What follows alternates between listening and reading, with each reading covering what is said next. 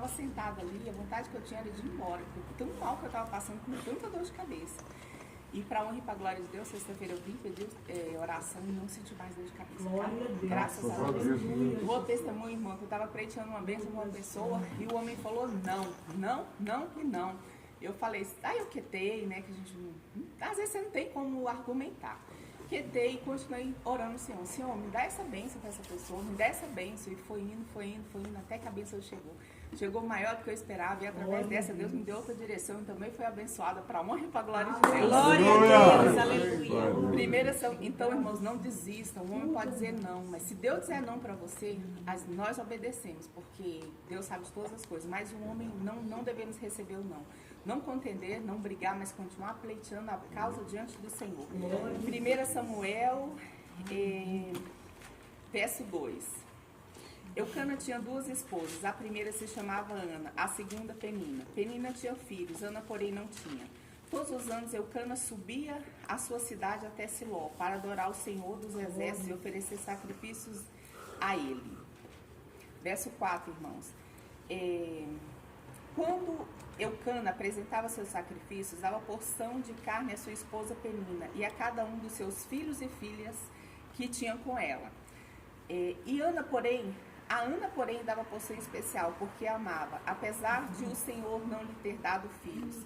E sua rival a provocava e zombava dela, porque o Senhor não lhe tinha dado filhos.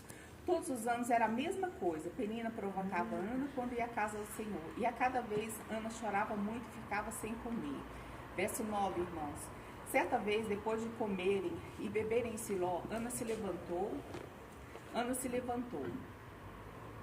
Verso 10. Ana estava muito angustiada e chorava sem parar enquanto orava ao Senhor. Então fez o seguinte voto: Ó Senhor dos Exércitos, se olhares com atenção para o sofrimento de tua serva, se responderes à minha oração e se me deres um filho, eu dedicarei para sempre ao Senhor. E aqui, irmãos, para fechar... só até aqui. Então, irmãos, é uma história muito conhecida de Ana. Ana foi a primeira esposa de Eucana, então ela deveria até ter gerado filhos primeiro, já que casou primeiro, mas ela não teve filhos. Não sei porque Eucana casou novamente, não sei há quanto tempo, e a outra esposa dele tinha filhos e filhas, né? Porque é o que diz a palavra de Deus. Então, além do sofrimento de Ana não ter tido filhos, que naquela época era outro contexto, as mulheres que não tinham filhos era bem mais difícil, ela ainda tinha a rival dela, que zombava dela, que maltratava ela, e ela ficava angustiada e chorava. Então, o que Ana fez? Mesmo o marido dela, que amava Ana, que fala que ele dava porção dobrada para ela, e que ele amava Ana, ele chegou e falou para ela: por que você não come? Por que você está tão triste? Será que eu não sou melhor para você do que 10 filhos? E o que essa mulher fez? Ela desistiu do desejo do coração dela? Não, ela continuou clamando ao Senhor. Que nessa manhã, irmãos, nós continuamos clamando ao Senhor pelas nossas bênçãos, nossas petições. Mesmo que o homem diga não, mesmo que seja difícil, que seja impossível, mas impossível para os homens, mas não para Deus. Amém. E aqui, irmãos, quantos filhos que Ana pediu para Deus? Foram 10? Foi só um, irmã? Tem certeza? E o que Ana fez com esse filho, irmãs?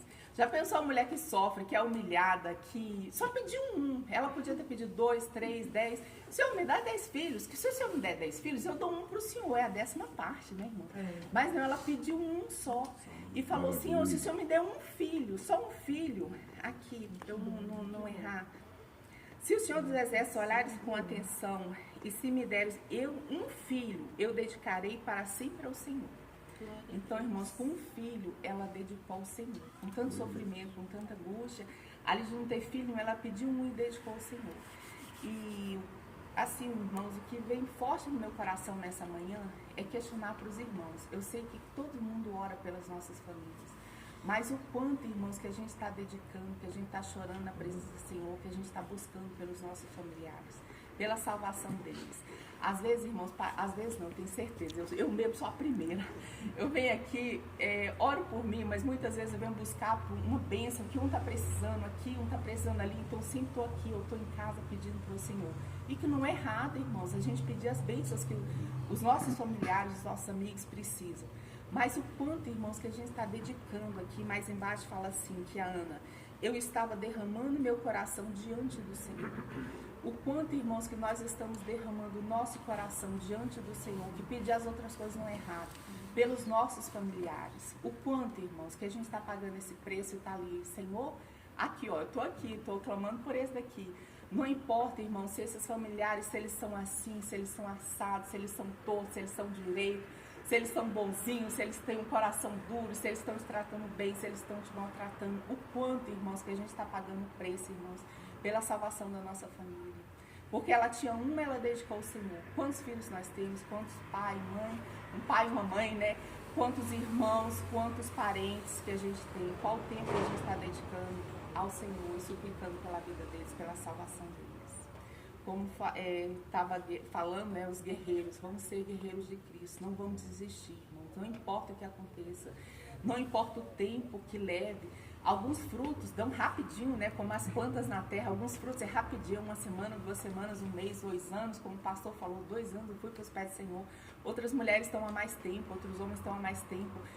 Se a tua família, se parte dela está na presença do Senhor, não desista do resto, irmão, continue lutando, continue buscando, é Deus que faz.